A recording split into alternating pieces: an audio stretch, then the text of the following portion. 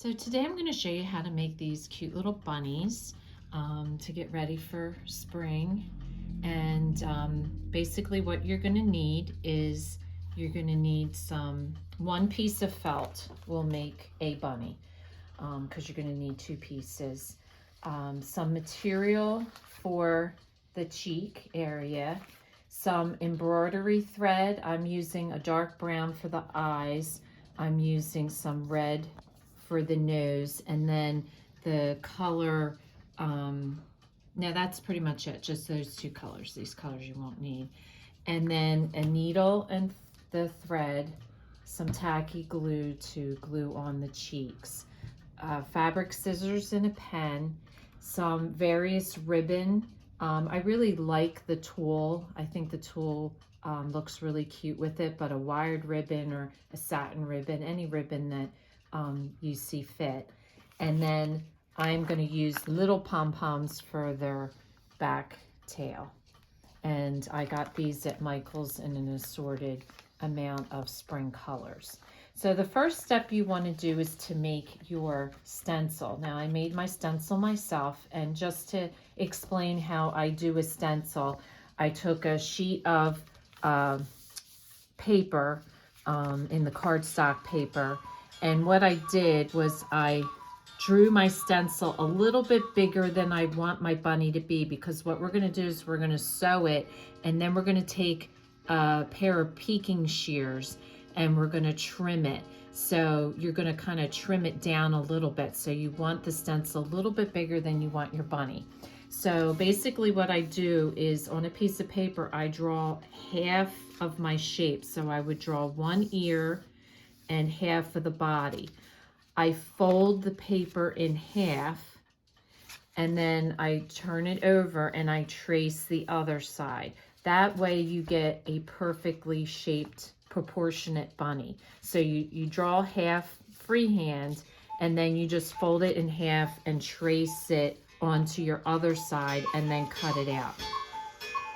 And then I just stencil my face on just to give me an idea of where I'm going to position the stuff on my fabric. So your next step is going to trace it out onto your fabric, and you're going to want two pieces. And don't worry about using a marker that's going to show, because you're going to use your peeking shears and trim this off, so it's not really going to matter.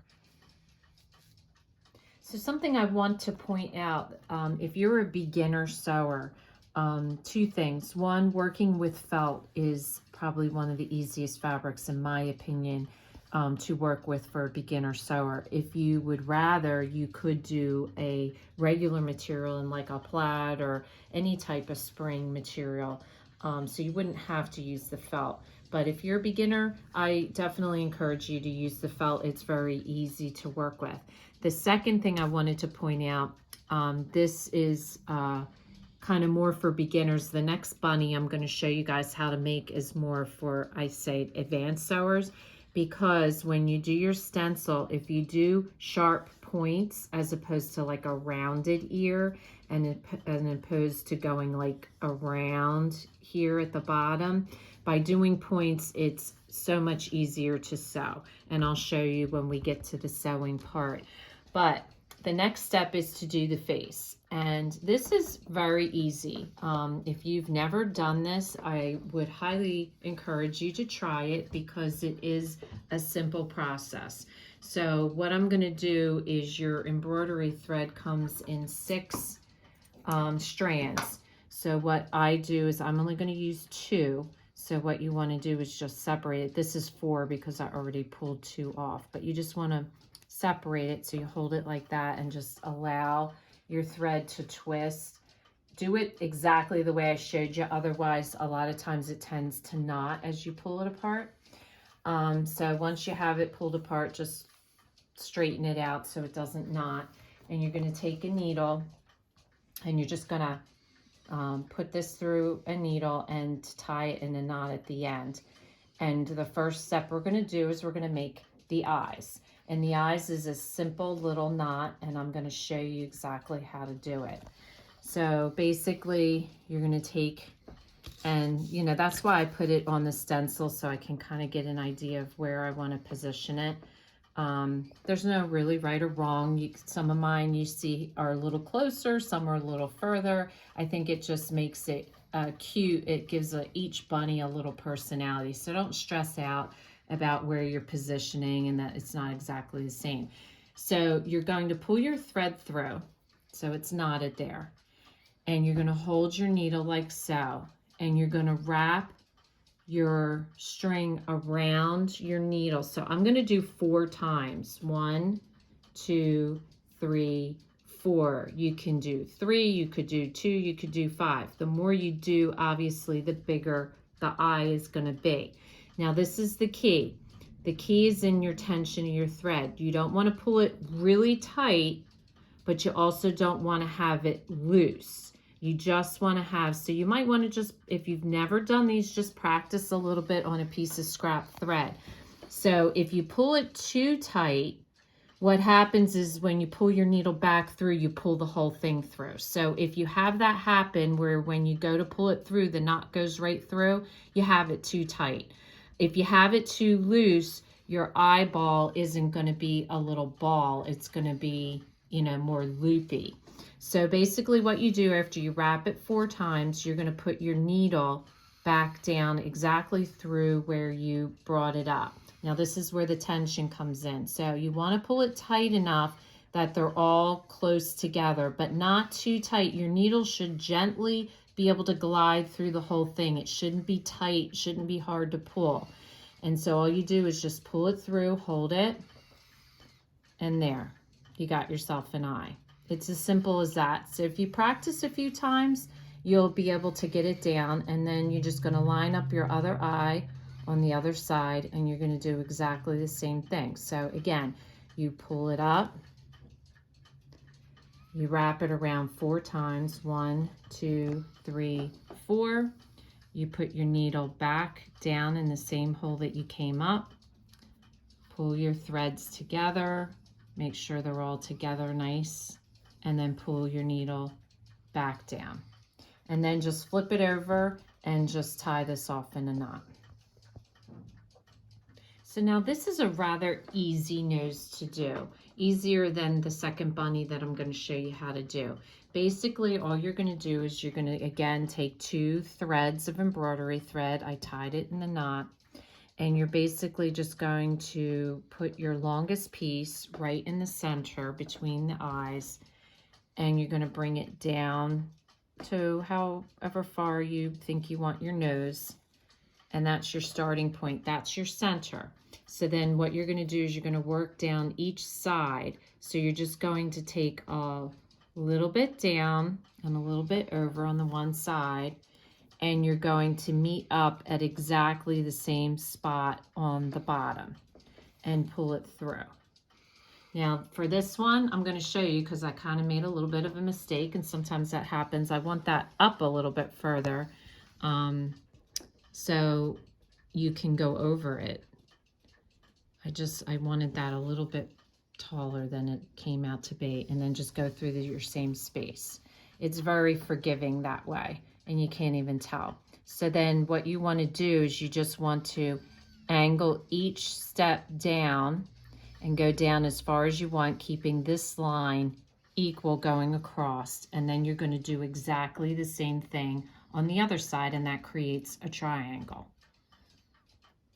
So the next step is to draw your line going down the nose, which basically you're just going to start right in your center stitch, and you're just going to pull it up. Now, one key here that I find it hard to make that super straight stitch. So what I do, a technique that I think works well, is keep your needle in the fabric and pull it through this way. And that tends to, because your needle is straight, it tends to give you a straighter line.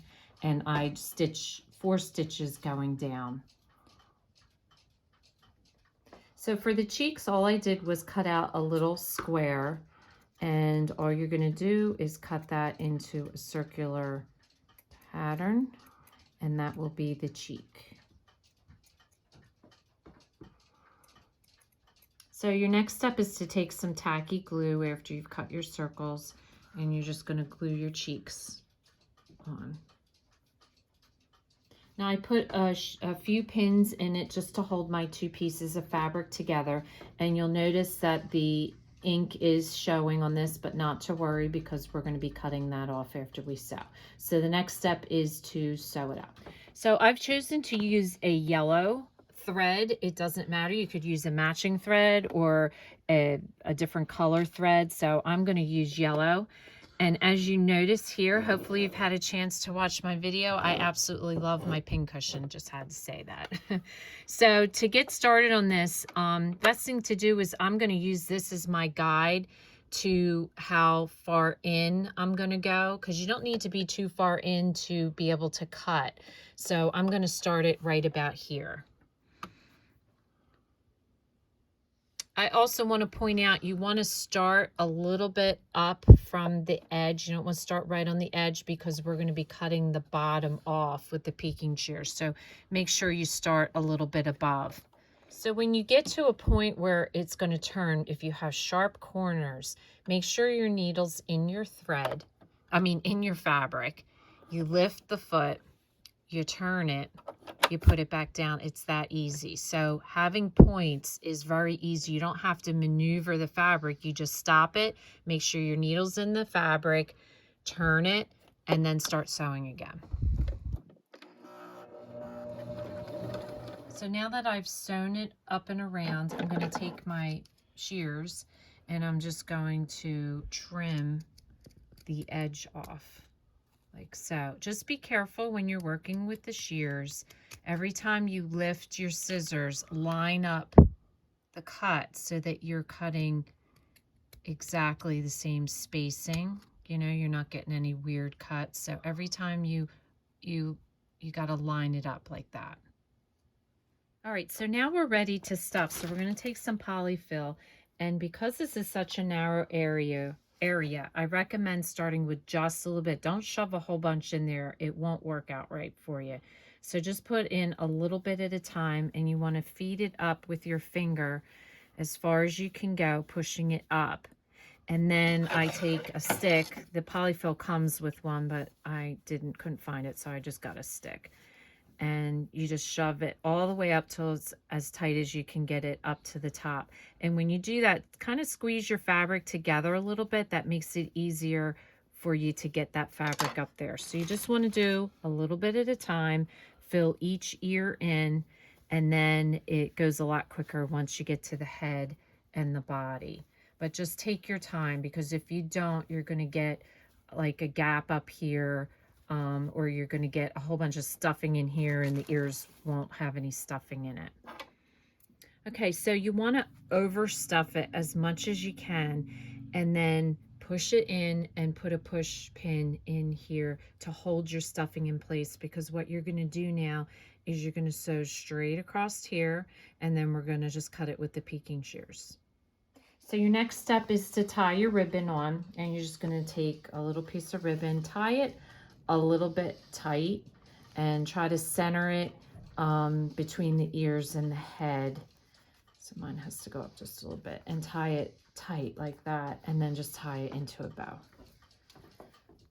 So your final step is to take your little pom-pom, put a little dab of hot glue on it, and then stick it down onto the back of your bunny.